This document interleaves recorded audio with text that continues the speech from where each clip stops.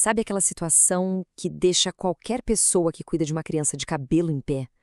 Febre alta, do nada, sem nenhum outro sintoma.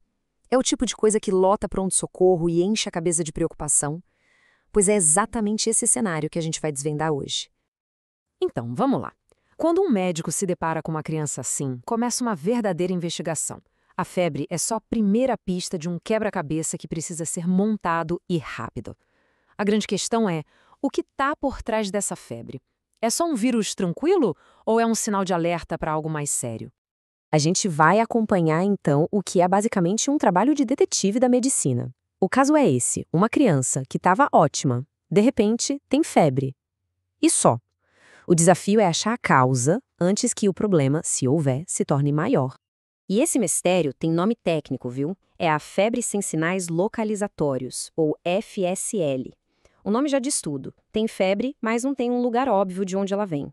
O grande objetivo do protocolo médico nesse caso é separar o joio do trigo, diferenciar um simples vírus, que é o que acontece na maioria esmagadora das vezes, de uma doença bacteriana grave, a tal da DBG, que é rara, mas muito perigosa. E como em toda boa investigação, tudo começa juntando as primeiras pistas. Antes de pedir qualquer exame, o médico precisa, avaliar a cena, entender o básico, e essas primeiras pistas são cruciais. Elas definem todo o rumo da investigação. E a primeira coisa é diferenciar o que é febre de verdade e o que é hipertermia. Parece a mesma coisa, mas não é. Febre, olha só, é uma resposta de dentro para fora. É o cérebro que aumenta a temperatura de propósito para lutar contra uma infecção. Já a hipertermia é um problema de fora para dentro, tipo o excesso de roupa, sabe? O corpo esquenta porque não consegue se resfriar. Entender isso já evita um monte de medida desnecessária. Agora, essa ferramenta aqui é genial, o Triângulo de Avaliação Pediátrica, o TAP. Em menos de 30 segundos, sem nem precisar encostar na criança, o médico já faz uma varredura. Avalia a aparência, a respiração e a circulação. É um jeito super rápido de pescar algum sinal de gravidade que precise de uma ação imediata, tirando a criança do protocolo normal e levando direto para uma emergência. Ok, uma vez que o risco imediato foi descartado, a investigação muda de foco. Agora, o objetivo é encontrar os possíveis culpados que estão se escondendo. Quais são as doenças que podem se disfarçar de uma simples febre? Vamos ver a lista dos principais suspeitos. Essa aqui é a lista das doenças bacterianas graves. A gente tem a infecção do trato urinário, a famosa ITU, a bacteremia oculta, que é quando tem bactérias circulando no sangue, a pneumonia oculta, que não dá aqueles sintomas clássicos de tosse e falta de ar, e, claro, a mais temida de todas, a meningite bacteriana. Todo o protocolo foi desenhado para achar ou para descartar essas 4 possibilidades. E olha só, de todos esses suspeitos, tem um que é o campeão de audiência. A infecção do trato urinário é, de longe, a causa mais comum de doença bacteriana grave em crianças com febre sem foco. Por isso, ela vira a primeira linha de investigação na maioria das vezes. E agora, a gente chega num ponto que muda o jogo completamente. Um único fator: a idade da criança. Isso aqui é crucial.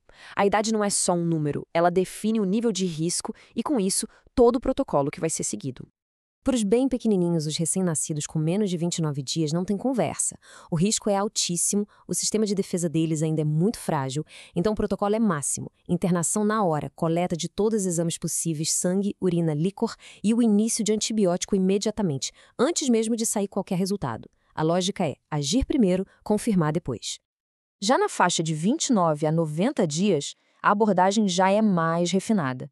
Aqui, o objetivo é separar os bebês em baixo ou alto risco. Para isso, se usam os chamados critérios de Rochester.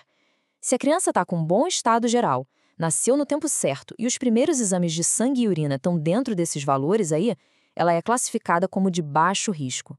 E essa classificação leva a 2 caminhos bem diferentes, como a gente vê aqui.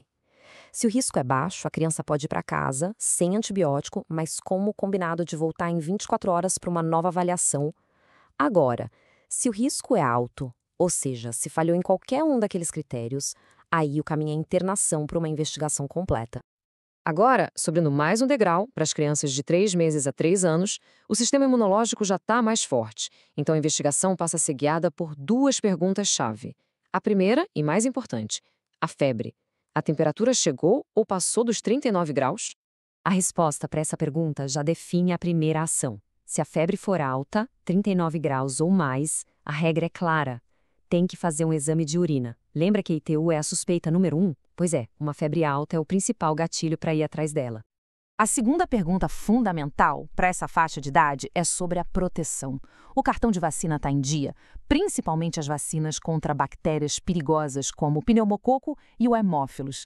Essa informação é tão importante quanto o que o termômetro diz. E por que isso? Porque as vacinas diminuíram drasticamente os casos de algumas das doenças bacterianas mais graves. Então, se a vacinação não está completa, o risco de uma bacteremia ou de uma pneumonia oculta aumenta, e aí a investigação precisa ser mais profunda, geralmente pedindo um hemograma completo. Bom, com as pistas iniciais na mão e o risco já mais ou menos estratificado, a gente entra na fase, digamos assim, forense da investigação. Agora é a hora dos exames de laboratório, que vão dar as provas concretas para confirmar ou descartar de vez os suspeitos. E dentro dos exames existe um número que é um verdadeiro sinal vermelho.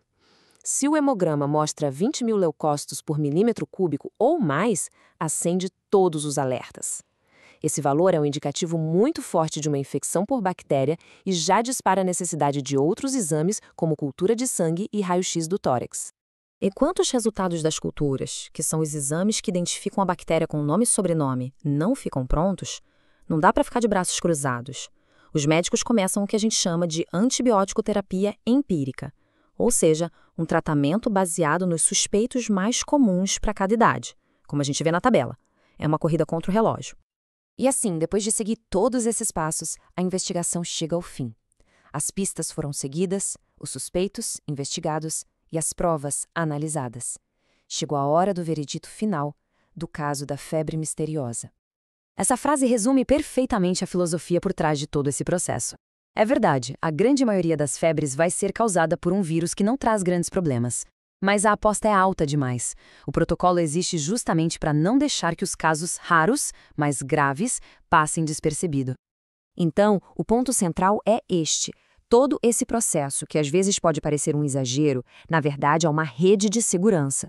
É um método lógico sistemático que foi melhorado ao longo dos anos com um único objetivo: proteger as crianças, garantindo que nenhum caso perigoso seja ignorado.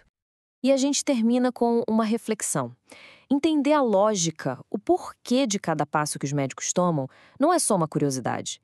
No momento de tanto estresse e preocupação, ter esse conhecimento pode ser uma ferramenta poderosa, sabe? Talvez capaz de transformar a ansiedade em uma confiança um pouco mais informada no processo. É algo para se pensar.